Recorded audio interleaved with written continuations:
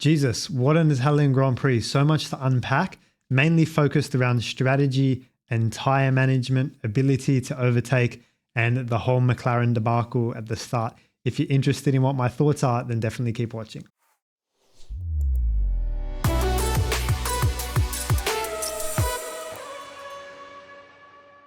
For those of you new to my channel, my name is Martin and I started racing when I was 12. In the sim world, I've raced and beaten some of the best drivers in Australia. I worked as a driver and performance engineer in Formula 3 and I developed my own race strategy simulation software for Formula 1. I raced in KZ2 at the highest level and got pole position in my first ever race. I specialize in the open formula category and now have my own course and website where I can share my 20 plus years of driving experience with you, which I'll put a link to in the description below. All right, guys, I got a lot of notes written down on my phone here, but I'm just going to wing this one off the top of my head. Now, let's start by saying the strategy was an absolute disaster from all of the teams, Leclerc included, except for Carlos Sainz.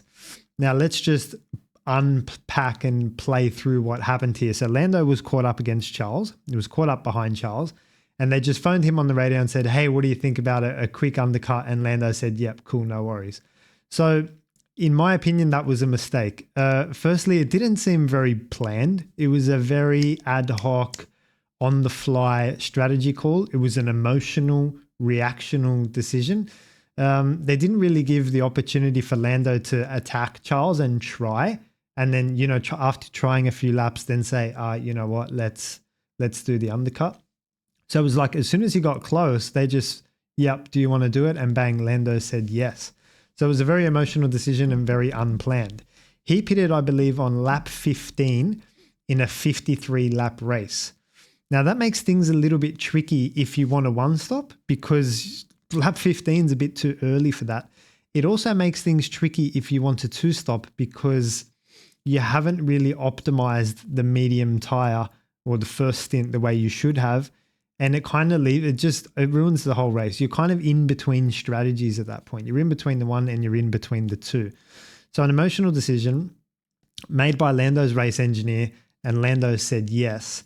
That kind of triggered all of the other poor decisions that happened subsequently after. So he pitted, he undercut Charles. Ferrari tried to react a lap later. They pitted on lap 16.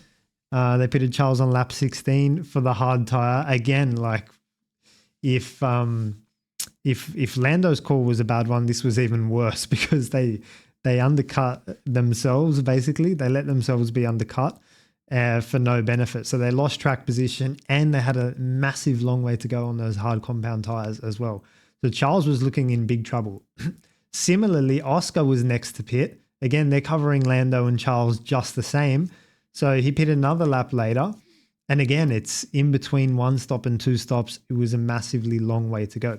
The only one, like I said, who kept their head and said, no, I'm going to stick to an actual, genuine, legitimate strategy was Carlos. He went to lap 20 on the medium and then ran 33 laps on the hard tire. So here's where it gets interesting for about 3 or 4 reasons. Now, number one, we've seen Carlos do this before. I remember in Silverstone, he's like, stop inventing and, no, I'm going to do my strategy this way. And he's won races off the back of making those calls and not trusting the team. He has a fantastic driver's instinct for what the right strategy is. Now, strategists, they get caught up in, like I described before, reacting in the moment and not executing a clean strategy. So if you put out the ideal one-stop strategy, it probably was 2033. If you put out the ideal two-stop strategy, it probably would have been something like 13, 20, 20, something like that, or maybe 14, 19, 20, something like that. So anything after 13, 14 is too late for a two-stop strategy. So we've seen Carlos do this before. Now, one of the other questions is, could McLaren have even done that because their left front was starting to open up? And it begs the question, how was Carlos struggling and how was Leclerc able to make that hard compound tire work? So those are the two questions. So massive decomposition that we need to do here. So could McLaren have made it work? Well, not from where they pitted. It was very hard. And again, I don't know how Charles has done it. We're going to have to unpack that. But not from the laps they pitted. Pitting from lap 15 and 17, it just makes life really hard to do a one-stop from there. Could they have done a one stop if they genuinely intentionally tried and that was the plan from the outset and the drivers were driving nicely and neatly? Absolutely, I think they could have. There's no reason why I don't think they could have. But they did check in with Oscar and say, hey, what do you think about a one stop? And he was like, my left front is starting to open up a little bit. And he was not that confident to take on that strategy.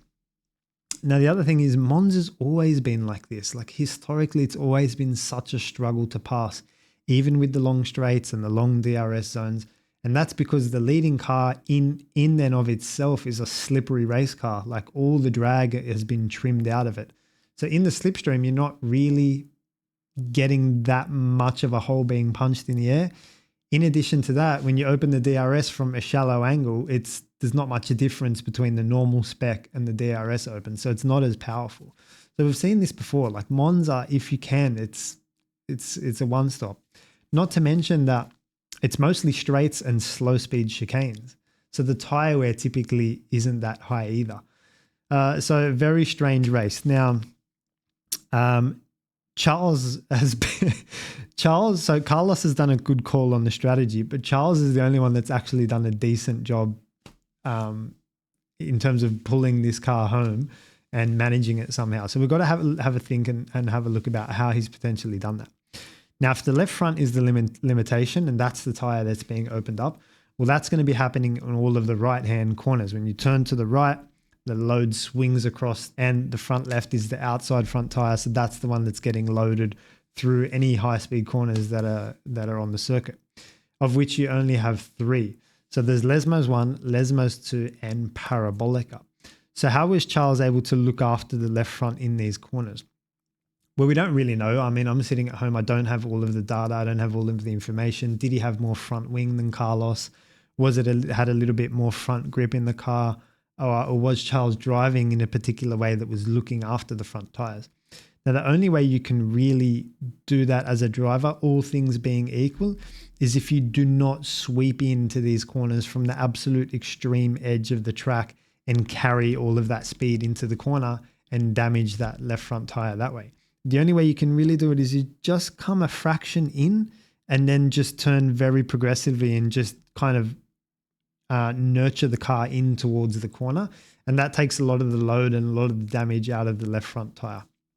So if you just watch my steering wheel, you've got the options of throwing the car into the corner with that sort of approach into Lesmos 1, Lesmos 2 and Parabolica. Or you've got the option of just like bringing the car gently and not using too much steering, both in the initial input and the full range. So you just slowly nurse the car in to a shallower steering angle. And that's how you can do it. Now, if that's in the game plan, like I said, if a one-stop was in the game plan for Oscar and in the game plan for Lando, they would be driving like this and they could have pulled it off. So there's no excuses for that. But for Charles to do this, pitting on lap 16 and like in his position, I think that's one of the best tire management races that I've seen for a while. Even notwithstanding what happened with George, because what George did in Spa was also really impressive. But here it was like, I don't know, there was just something different about it. I guess what I'm saying is Carlos was also on a one stop and he did a proper one stop and even he struggled with tire issues. So that's what we didn't see in Spa was like, okay, the other guys could have one stopped, but McLaren was saying it was a struggle. Carlos struggled and Charles made it work. So absolutely magical. And it'd be interesting to see like the data and how he made that work and what lines he was driving. But I suspect it would have to do with those 3 corners, Lesmos 1 and 2 and the Parabolica, as well as just this, it's all with the steering really, and just minimizing the load on that left front tire. So I can't begin to explain to you what a job Charles has done today. So that being said, we've got a couple of other smaller points to note here, strategy and tire wear aside. So how about Oscar's pass around the outside into Lando, around the outside of Lando into the second chicane into turn 3 or 4, I think, turn 4 it is. Wow, how do we explain this? I haven't seen an onboard actually. I've just come from the TV straight here. I haven't seen an onboard. lap one, Lando was obviously being really cautious, and either he's just missed his braking mark or Oscar's just had more confidence, something like that, where Oscar's just said, wow, that's way too early. I'm going to brake here and make it work. So Lando caught, like, not missing the braking zone by a little bit. He's massively missed the braking zone. Like, Oscar's gone significantly deeper than Lando in order to outbrake him and go around the outside into this corner. So mega feel, mega intuition, mega instinct from Oscar as well for where the grip is before they get to the corner. And that brings me on to a little point about Ayrton Senna, actually, which is really interesting. And if you listen to Brundle, he says Ayrton Senna had a magical skill that he knew how much grip would be at the corner before he arrived at the corner. And that is a massively handy skill, because on the restarts, or when it just starts raining, or on opening laps, first lap out of the pits, one lap qualifying, these situations where you don't really know the grip level until you get to the corner and get through the corner, it's that racer's instinct that Oscar seems to have and has demonstrated here on lap one, which is mega. Now, obviously, Lando, as he went through the first lap, he got to feel how much grip there was and he could then get up to speed. But that's the difference between Oscar and Lando in this case. So a massive shout out to Oscar for that call. It was interesting that McLaren let them fight, or are letting Oscar attack.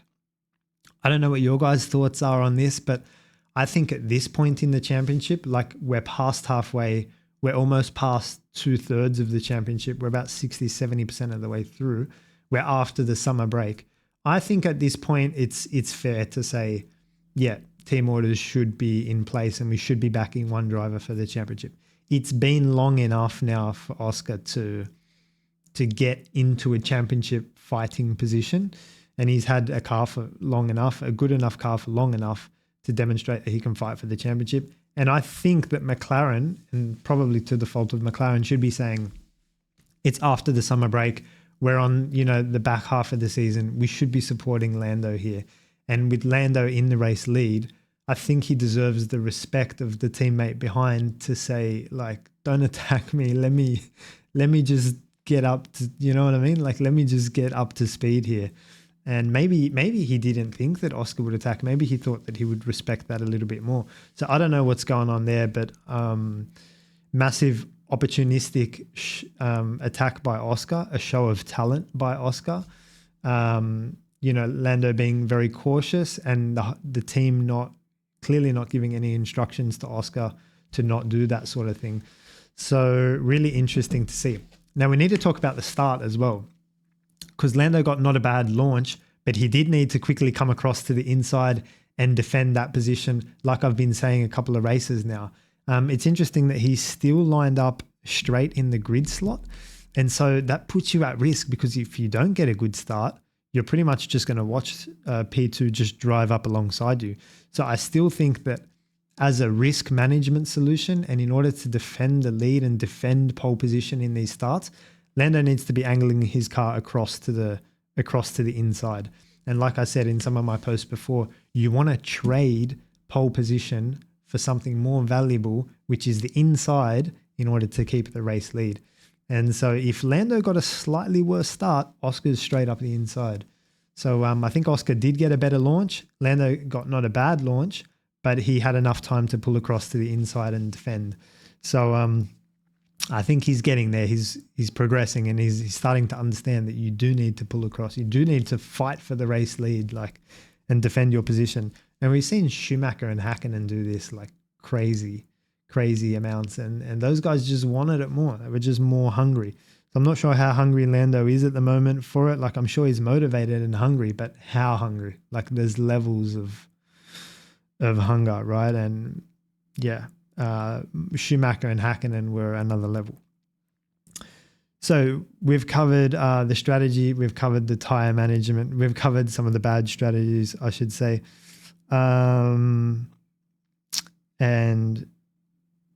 yeah, in the end, not a great day for McLaren. They've had the fastest car, both cars in the lead, and the opportunity to win the race, and have failed to convert here.